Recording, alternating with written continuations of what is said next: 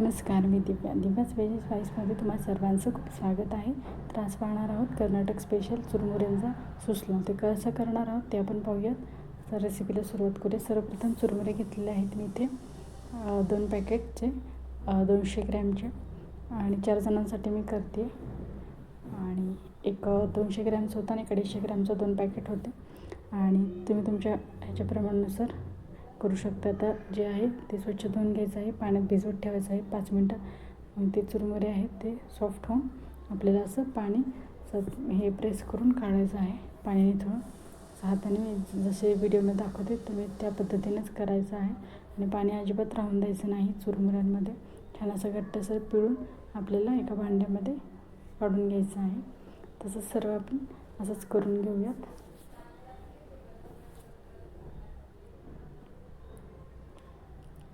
तुम्ही पाहू शकता थोडासा ह्याला वेळ जातो, पण रेसिपी खूप युनिक आहे आणि खायला अतिशय रुचकर आहे.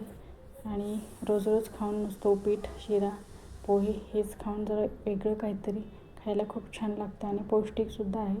त्याच्यामुळे लहान मुलांना तर नक्की द्या, खूप आवडेल. फक्त मिरची स्किप करा. आणि रेसिपी खूप छान आहे. तर तुम्ही पाहू शकता असंच आपण सर्व मुरमुरे असं स्वच्छ धुवून घेऊयात. भिजवत ठेवायचं आहे 5 मिनटं. पाहू शकते मी सर्व असंच केलेलं आहे. आता मी 4 जणांसाठी करते. 4 जणांचं प्रमाणाचं मी तुम्हाला दाखवते. आणि डाळ आहेत, पांढरी डाळसुद्धा म्हणू शकता किंवा फुटाण्याची डाळ. हे आपल्याला मिक्सरमध्ये वाटून घ्यायचं आहे भरड, किंवा तुम्ही खलबत्त्यामध्ये सुद्धा जाडसर वाटून घेऊ शकता.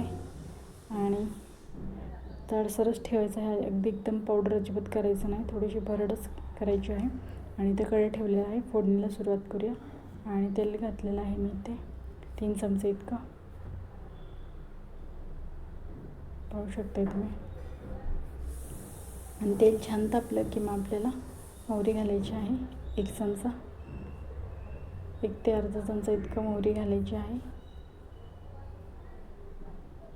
तेल अगोदर छान तापून घ्यायचं आहे कडकडीत. आणि मोहरी छान तडतडू द्यायची, अजिबात मोहरी कच्ची राहून द्यायची नाही. मोहरी छान कडकडली, तडतडली की मग आपल्याला जिरं घालायचं आहे याच्यामध्ये. खूप छान लागते सुसला खायला. कर्नाटक स्पेशल आहे. तिथे जागोजाग छोट्या छोट्या हॉटेलमध्ये सुसला स्पेशल असतो. आणि तुम्ही ही नक्की ट्राय करा. खूप साधी सोपी आहे रेसिपी, घरातल्या साहित्यामध्येच. खायला अतिशय रुचकर लागते. आणि महाराष्ट्रामध्ये कसं आपलं पोहे जास्त नाश्त्याला चालतं, तसंच त्यांचं कर्नाटकमध्ये सुसलं जास्त चालतं. शाबातमध्ये, गुलबर्गाच्या इकडे जे शाबात आहेत ते गावात. आणि जिरं घातलेलं आहे मी इथे अर्धा चमचा इतकं. जिरं छान फुलले की मग आपल्याला कढीपत्ता असेल तर नक्की घाला, माझ्याकडे नव्हतं म्हणून स्किप केलेलं आहे. आणि आता आपले हिरवी मिरची घालायची आहेत.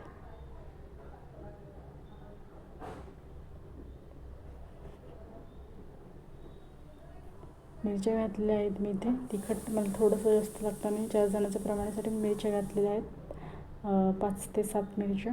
आणि तिखट तुम्ही एवढ्याप्रमाणे कमी जास्त करू शकता. कांदे घेतलेले आहेत मी छोट्या आकाराचे 3 ते 4 घेतलेले आहेत कांदे, आणि बारीक चिरून घेतलेला आहे.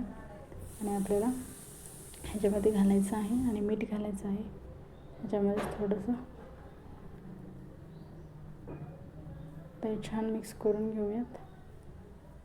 मीठ घातलेलं आहे मी इथे अर्धा चमचा चवीनुसार. आणि हा सुसला करताना मीठ एकदम जास्त घालू नका अजिबात. अगोदर थोडं घाला, टेस्ट करून पहा, आणि मग पुन्हा थोडंसं अजून वरून ॲड केलं तरी चालेल, पण एकदम जास्त घालू नका. कारण पोहे ज्यावेळी पण करतो त्यावेळी मीठ जरा जास्त लागतं, पण ह्याच्यावेळी तसं नाही लागत. आणि आता छान असं कोथिंबीर घालायची आहे या फोडणीमध्येच, चव खूप छान लागते. आणि टोमॅटो घातलेला आहे मी एक. तुम्हाला टोमॅटो नाही आवडत तरी नाही घातलं तरी चालेल, पौष्टिक आहे त्याच्यामुळे छान लागतो टोमॅटो, खायला चविष्ट लागते सुसलामध्ये. हळद घातलेली आहे मी इथे 1 चमचा हळद.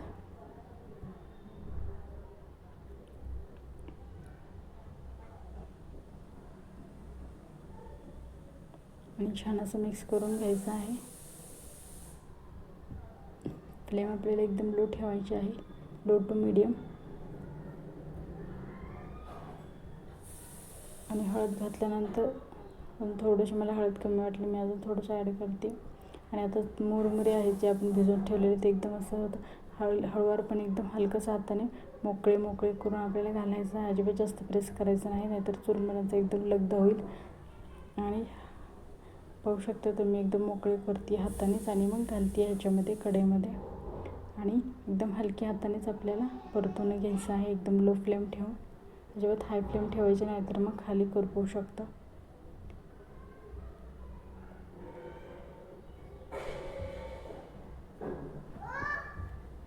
तुम्ही पाहू शकता मी एकदम हलक्या हातानेच परतून घेते.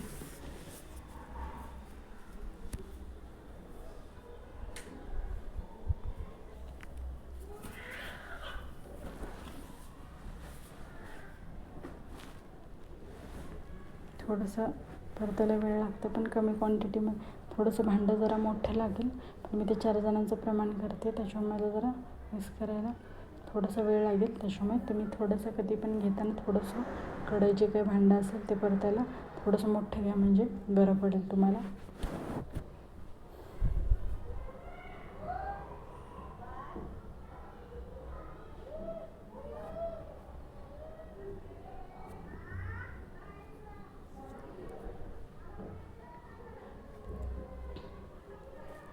मिक्स करायला थोडासा वेळ जातो, पण हलकंसं असं छान असं मिक्स करून घ्यायचं आहे हलक्याच हाताने.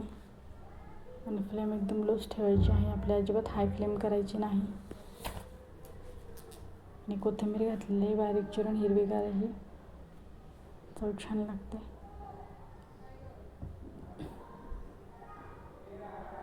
आणि पुन्हा आपल्याला मिक्स करून घ्यायचं आहे कोथिंबीर छान असं. थोडेसे काड्या मोठे होते त्याच्या मी साईडला करते हातानेच.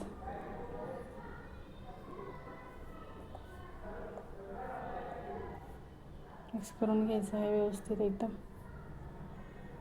छान असं. भांडं शक्यतो थोडंसं मोठंच असावं, परतायला आपल्याला प्रॉब्लेम येणार नाही.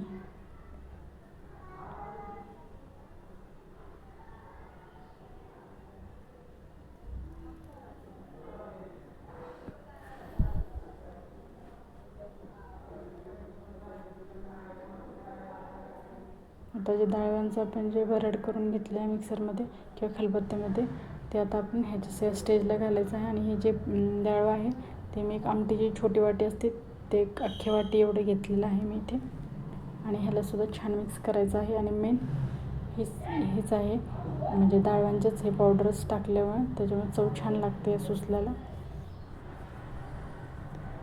खूप भारी लागते तो, अतिशय खायला एकदम रुचकर आणि पौष्टिक आहे मेन म्हणजे, आणि पोटभरीचं आहे. मीठ घालते मी थोडंसं, मला कमी वाटत होतं चवीनुसार थोडंसं घातलेलं आहे, अर्धा चमचापेक्षा पण कमी, पाव चमचा इतकं. आणि पुन्हा आपल्या हलक्या हाताने मिक्स करून घ्यायचं आहे.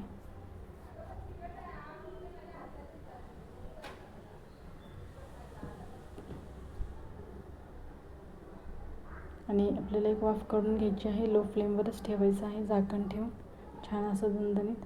पाहू शकता तुम्ही सुसलं आपलं तयार आहे, रेडी आहे कर्नाटक स्पेशल. नक्की ट्राय करा. आणि पाहू शकता किती सुंदर झालेलं आहे, खायला तर अतिशय रुचकर. चॅनलवर नवीन असेल तर चॅनलला सबस्क्राईब करा. चला तर मग बाय.